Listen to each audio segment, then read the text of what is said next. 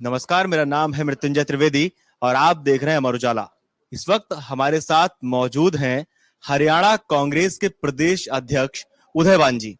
आइए उनसे बात करते हैं और जानते हैं कि हरियाणा में कांग्रेस के चुनावी मुद्दे क्या हैं, किन मुद्दों को लेकर कांग्रेस चुनावी रण में उतरी है और क्या माहौल है हरियाणा विधानसभा चुनाव का। उदय जी, बहुत बहुत स्वागत है आपका। बहुत बहुत धन्यवाद आपका। क्या मुद्दे हैं हरियाणा में? मुद्दे बहुत हैं। अभी हरियाणा मांगे हिसाब अभियान के तहत भी हमने सारे मुद्दे रखे थे और इनके पास में कोई जवाब नहीं उनका। मुद्दे सबसे पहले है कि बेरोजगारी में हरियाणा हिंदुस्तान में नंबर 1 पर क्यों है। मुद्दे हैं कि भाई अपराध में और सोशल प्रोग्रेसिव इंडेक्स जो सेंट्रल गवर्नमेंट का है उसमें सबसे असुरक्षित प्रदेश बताया है। और अपराध परिस्थिति यह है कि हरियाणा के अंदर एवरेज 5 हत्याएं, 5 बलात्कार, 13 अपहरण, 46 महिलाओं के प्रति अपराध, 96% शेड्यूल कास्ट के प्रति अपराध हरियाणा के अंदर बड़े हैं। कोई उद्योगपति यहाँ पर उद्योग लगाने के लिए तैयार नहीं है। बेरोजगारी के कारण जो युवा है वो अपराध की तरफ जा रहा है, नशे की तरफ जा रहा है और या फिर डंग के रूट से पलायन के लिए भी जा रहा है, जो मजबूर है हर तरह से। आज सवाल है, मुद्दे हैं कि भाई 30 से ज्यादा बार पर्चे लीक क्यों हुए और एक भी अभी तक जो पर्चा लीक का क्यों नहीं, उस पर कोई भी कार्रवाई हुई है।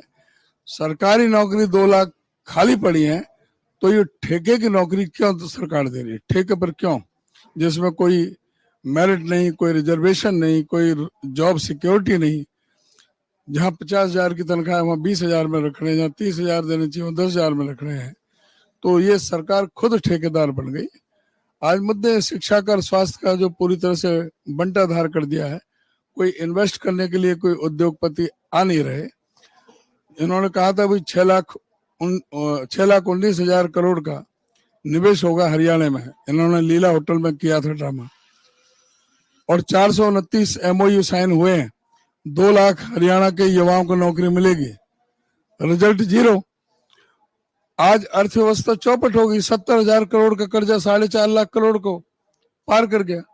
कोई यहाँ पर एक यूनिट कोई बिजली का कारखाना नहीं लगाया, एक कोई पिलर मेट्रो का इन्होंने बढ़ाने का काम नहीं किया, एक कोई अंतरराष्ट्रीय स्तर की कोई बड़ी कोई यूनिवर्सिटी नहीं आई, कोई मेडिकल कॉलेज नहीं आया, कोई नई कोई रेल की लाइनें नहीं बिछी। कोई भी विकास का काम, डेवलपमेंट का पूरी तरह से ठप और प्रदेश कर्ज में बढ़ता जा रहा है।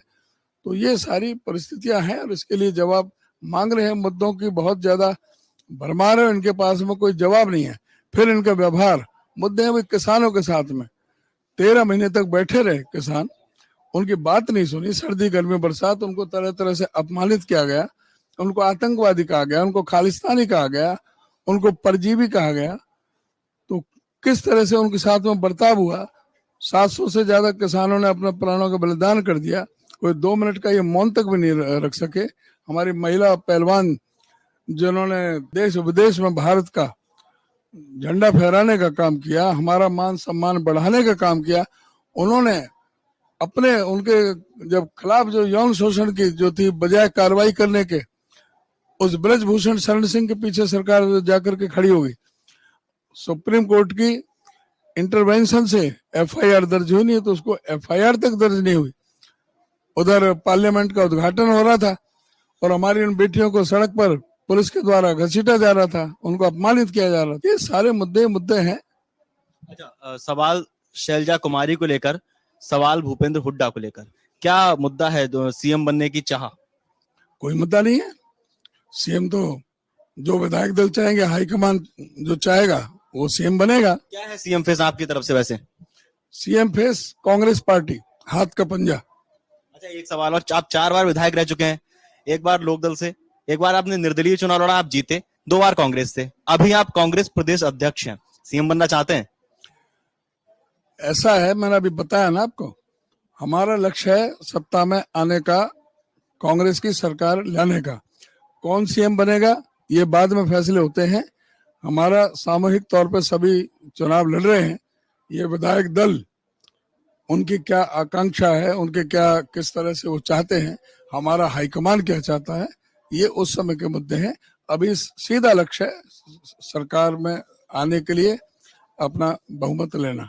घोषणा पत्र पर बात की जाए तो घोषणा पत्र में आपके क्या क्या है, युवाओं के लिए क्या है, किसानों के लिए क्या है, आपने महिला सुरक्षा की भी बात की, आपने पहलवानों की भी बात की, आपके घोषणा पत्र में क्या क्या है? हमारे घोषणा पत्र में सभी चीजें हैं। अभी जो 7 गारंटी तो हमारे जो 7 वायदे पार्टी के, वो हमारे राष्ट्रीय अध्यक्ष खड़गे जी ने रिलीज किए थे, और अभी हम कल ही हमने घोषणा पत्र पूरा हमने रिलीज कर दिया है, और उसका सभी अखबारों में भी आ रहा है, और उसको हम पूरी पीडीएफ बना करके अपने सारे ग्रुपों में सब लोगों के पास भी उसको प्रचार प्रसार के लिए हम भेजेंगे। सीधा एक भी हम जो 18 साल से 60 साल के बीच की जो महिलाएं हैं, उनके खाते में 2,000 रुपये महीने हम डालने का काम करेंगे। जो 60 साल से ऊपर है, महिला हो, पुरुष हो, विधवा हो, विकलांग हो, उनको 6,000 रुपये महीने हम पेंशन देने का काम करेंगे। इसी तरह से 300 यूनिट बिजली फ्री देने का काम करेंगे। 500 रुपये में हम गैस सिलेंडर देने का काम करेंगे। और जिस तरह से अशोक गहलोत सरकार ने राजस्थान में स्कीम चलाई थी, चिरंजीवी योजना, उसके उसी को रूप देते हुए 25 लाख रुपए तक का हरियाणा में हम मुफ्त इलाज करने का काम करेंगे। जो एमएसपी की बात है, हम ये सुनिश्चित करेंगे कि हमारे यहाँ का किसान की फसल कोई एमएसपी से कम नहीं बिके, ये हम सुनिश्चित करेंगे। जो गरीब आदमी है, भूमिहीन है, उनको 100-100 गज के प्लॉट और उस पर 3.5 लाख रुपए खर्च करके 2 कमरे का मकान, लैट्रिन, बाथरूम, किचन, बिजली पानी का कनेक्शन देकर के गरीबों को बसाने का काम करेंगे। ओल्ड पेंशन स्कीम हम कर्मचारियों की हम लागू करेंगे, और बीसी ओबीसी की जो क्रीमी लेयर है, वो हम 6 लाख जो कर दी थी इन्होंने, 8 लाख हुड्डा साहब के समय थी, इन्होंने 6 लाख कर दी, और अब 1 महीने पहले चुनाव से अभी इन्होंने 8 करी है। 8 तो 10 साल पहले थी, तो हम उसको बढ़ा करके 10 लाख रुपए हम क्रीमी लेयर करेंगे बैकवर्ड क्लास की, जिससे उनको रिजर्वेशन में लगे। पदक लाओ पद पाओ की नीति हमारी रहेगी, हमारे युवाओं के लिए, खिलाड़ियों के लिए, सबको उनको आगे उनको प्रोत्साहन देने के लिए कि वो अपने खेलों में अपनी प्रतिभा निखार सके। सामाजिक सुरक्षा और लॉ एंड ऑर्डर को बिल्कुल दुरुस्त करने का हमारा है, और गरीब आदमियों हो, सामाजिक कोई भी पिछड़ा हो, अल्पसंख्यक हो, दलित हो, कोई भी जो सामाजिक सुरक्षा का हमारा पूरा केंद्रित रहेगा। हमने कमीशन और बोर्ड बनाने का भी हमने किया है कि एससी कमीशन है, बैकवर्ड क्लास का कमीशन है, अपना एक ब्राह्मण कल्याण बोर्ड बना रहे हैं, एक पिछड़ा वर्ग का आयोग बना रहे हैं, और इनका माटी कला बोर्ड कुमार जाति के लिए, केश कला बोर्ड नाई बिरादरी के लिए, विश्वकर्मा के नाम से अपना जो लोहार और खाती जो हमारे जो बैकवर्ड क्लास में है क्लास, मैथिल और जांगड़ा, उनके लिए पंजाबी वेलफेयर कल्याण बोर्ड का भी गठन करेंगे। जो प्रवासी बाहर के यूपी बिहार के यहाँ रह रहा है, उनके लिए भी प्रवासी कल्याण बोर्ड बनाएंगे। तो इस तरह से सभी को हमने, और किसानों के लिए किसान कल्याण बोर्ड, उसका किसान कल्याण बोर्ड नहीं, किसान आयोग, और उनकी सिफारिशों के मुताबिक जो किसानों से जुड़े हुए मुद्दे हैं, उन सबको क्रियान्वित करने के लिए, किसानों को न्याय मिल सके, हर तरह से किसानों से संबंधित जो मामले हैं उनको ठीक दिशा दी जा सके, उसके लिए हम किसान आयोग का गठन करेंगे। तो इस तरह के मुद्दे हैं जो सभी को लेकर चल रहे हैं। आपने जातिगत बात भी की कि इस जाति के लिए आप ये करेंगे। भूपेंद्र हुड्डा ने भरे मन से कहा था कि ब्राह्मण डिप्टी सीएम बन सकता है अगर सरकार आती है तो। देखिए, उसके बारे में मैंने पहले ही बता दिया, ये फैसले बाद में और पार्टी हाईकमान करेगा। जिस दिन हुड्डा साहब ने स्टेटमेंट दी थी, उसी समय मैंने, जब मेरे से पूछा था तो मैंने स्पष्ट कर दिया था, बाद में हुड्डा साहब ने स्पष्ट कर दिया कि ये चुनाव के बाद उन्होंने कहा था कि हमने, जब ये चुनाव हुआ था 2014 वाला, तो 13 में हमने ये कहा था कि हम 4 डिप्टी सीएम बनाएंगे, तो उस कॉन्टेस्ट में वो बात कही गई थी। अब जो है वो चुनाव के बाद में पार्टी फैसला लेगी। चलिए अब बात करते हैं हरियाणा राज्य पे। जसपा और आसपा गठबंधन में है, बसपा और इनेलो गठबंधन में है। केंद्र में आपका साथ जो आपके साथ जो गठबंधन में है वो आम आदमी पार्टी है।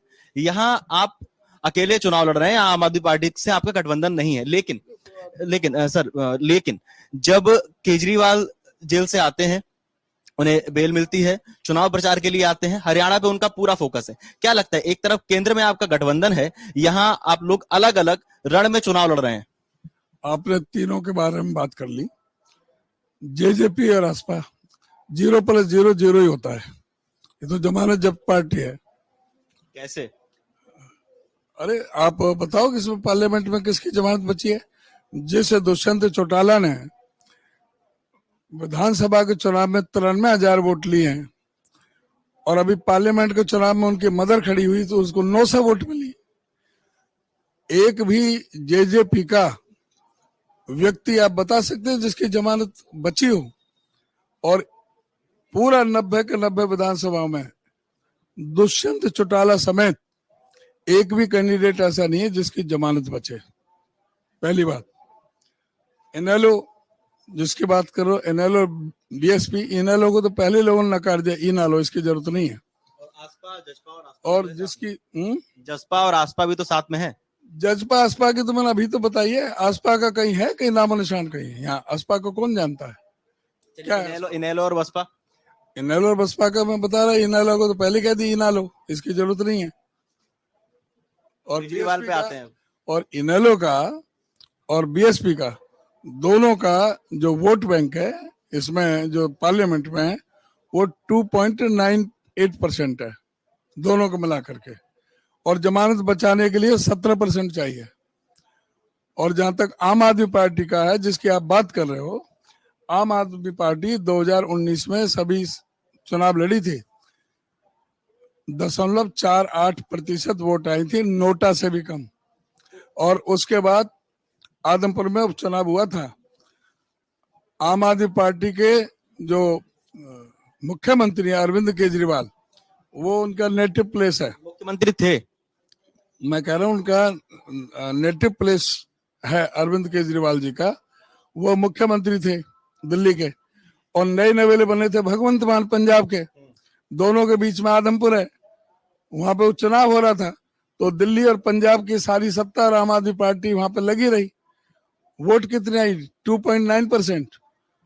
2.9% सारे जब जोर लगाए, जब मैंने कहा ना अभी जमानत बचाने के लिए भी 17% चाहिए, दो मुख्यमंत्री सारी आम आदमी पार्टी लगी रही जब 2.9% वोट आई थी। उदयवान जी, सवाल तो यही है कि यहाँ राज्य की हम बात कर रहे हैं तो हम विरोधी हैं एक दूसरे के, अलग अलग पार्टियों से चुनाव लड़ रहे हैं, लेकिन जब हम केंद्र में बात करते हैं तो हम एक दूसरे के साथ हैं। ये जो अंतर है या फिर जो विरोधाभास है, ये आप लोग इसको अलग कैसे करते हैं, पृथक कैसे करते हैं? आपको पता भी सब है और प्रश्न मेरे से आप पूछ रहे हो। जहां तक सवाल है कि जो इंडिया गठबंधन का समझौता केंद्र में है, प्रदेश में नहीं है।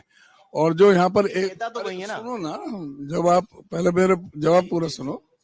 कुरुक्षेत्र की सीट हमने एक दी थी, वो इसलिए दी थी कि ऊपर जो गठबंधन हुआ वो गुजरात में भी था, दिल्ली में भी था, गिव एंड टेक होता है, और गोवा में था।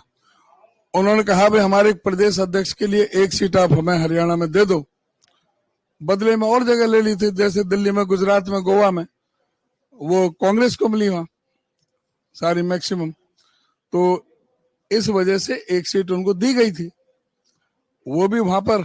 अब आप देख लेना कुरुक्षेत्र लोकसभा में जो वो वोट आई थी वो कांग्रेस की वोट मिली थी, जो उनको सुशील गुप्ता जी को मिली थी। अब आम आदमी पार्टी को कितनी मिलेगी अब आप खुद जाकर के एसेस कर लो, वहां पर से पता लग जाएगा। अच्छा चलिए ठीक है। हरियाणा के युवाओं की अगर बात की जाए, हरियाणा का युवा अधिकतर कहीं बाहर काम करने जाते हैं। जैसे आपने भी शुरुआत में रोजगार का मुद्दा उठाया था, शिक्षा का मुद्दा उठाया था। आपके घोषणा पत्र में या फिर आपके एजेंडे में क्या है हरियाणा के युवाओं के लिए? हमने बताया कि भाई 2 लाख तो सरकारी नौकरी खाली पड़ी है, उसमें उसको हम 1 लाख पोस्टों में 1 साल के अंदर ही करेंगे। बाकी 2 लाख जो पद हैं वो 5 साल के लिए सरकार बनती है, तो 5 साल में 2 लाख तो सरकारी पद हम भरेंगे। और युवाओं को जॉब के लिए सस्ते ब्याज पर उनको कर्जा उपलब्ध कराएंगे बैंकों से, तो वो जिससे कि उनको कोई जरूर होगी वहां पे सब्सिडी देंगे। तो वो हमारे उसमें घोषणा पत्र में हमारा व्यापक तौर से उसमें चर्चा की गई। सवाल ये कि जब पहलवानों का आंदोलन चल रहा था, जब वो प्रदर्शन कर रहे थे, विनेश फोगाट, बजरंग पूनिया, दो बड़े चेहरे थे जो उस आंदोलन में, जो उस प्रदर्शन में सामने थे। उस समय लगातार जो पक्ष है, जो दूसरा दल है, वो आरोप लगा रहा था कि कांग्रेस का ये है, कांग्रेस का वो है, कांग्रेस का समर्थन है इनके प्रदर्शन में, इनके आंदोलन में। उसके बाद उन लोगों ने पार्टी ज्वाइन की और चुनावी मैदान में है। आपका क्या कहना है? इनको अब चुनाव में बताएंगे, जवाब जनता देगी।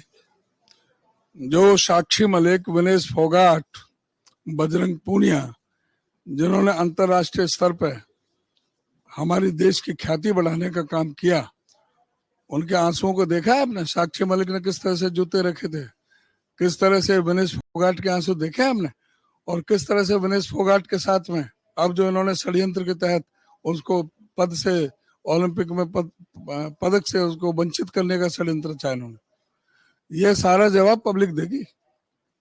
हरियाणा की जनता तैयार बैठी है, सुपड़ा साफ होना है। 67 सीटें आई थी 2005 में, वो रिकॉर्ड टूटेगा। 70 प्लस सीटें जीत करके सरकार बनाएगी कांग्रेस पार्टी। इसी पे आ रहे थे हम कि कितना आपका अनुमान है, कितनी सीटें आ सकती हैं? अब तो जो आप पूछना चाह रहे थे वो मैंने आपको बता दी ना। चलिए, एक सवाल और। राहुल गांधी जब भी विदेश जाते हैं, चर्चा का विषय बन जाता है। कोई कहता है कि वो विदेश में जाके भारत की कमियां बताते हैं, कोई कुछ। हाँ, कमियां बताते हैं। हमारे देश के प्रधानमंत्री तो कहते विदेश में जाके, दूसरे देश में जाके। देश के प्रधानमंत्री विदेशों में जाते कहते अरे ये भी कोई देश है, ये तो सांप सपेरों का देश है। हमारा दुर्भाग्य है कि हम हिंदुस्तान में पैदा हो गए। ये देश के प्रधानमंत्री नरेंद्र मोदी जी, आपको वीडियो चाहिए तो भेज देंगे। उन्होंने अपमान वो कर रहे हैं विदेश में देश का, या राहुल गांधी कर रहे हैं? राहुल गांधी जो यहाँ बोलते हैं वो जितना अंदर उतना बाहर है। ये छल कपट नरेंद्र मोदी जी के अंदर ही है, बीजेपी के अंदर। उदयवान जी, सवाल तो यही है कि अगर वो कर रहे हैं, मतलब वो अगर दूसरे देश में जाके ऐसा कुछ बोल रहे हैं, तो हमारा बोलना भी जरूरी है क्या? नहीं, हमने कोई नहीं बोला, राहुल गांधी ने कोई नहीं बोला। क्या बोला? क्या चीज बोला, क्या गलत बोला? जैसे आप बताइए जैसे क्या बोला नरेंद्र मोदी का, तो मैंने बता दिया आपको। जैसे राहुल गांधी विदेश में जाके ये कहते हैं कि लोकतंत्र नहीं है, लोकतंत्र खतरे में है, ये सारी जो चीजें विदेश में जाके कहना। अब आप देखो ना कि डेमोक्रेसी में लोकतंत्र जो पैमाना है आज हिंदुस्तान की कहाँ है, भुखमरी में पैमाना कहाँ है? आज के इस पर चर्चा नहीं की जाए।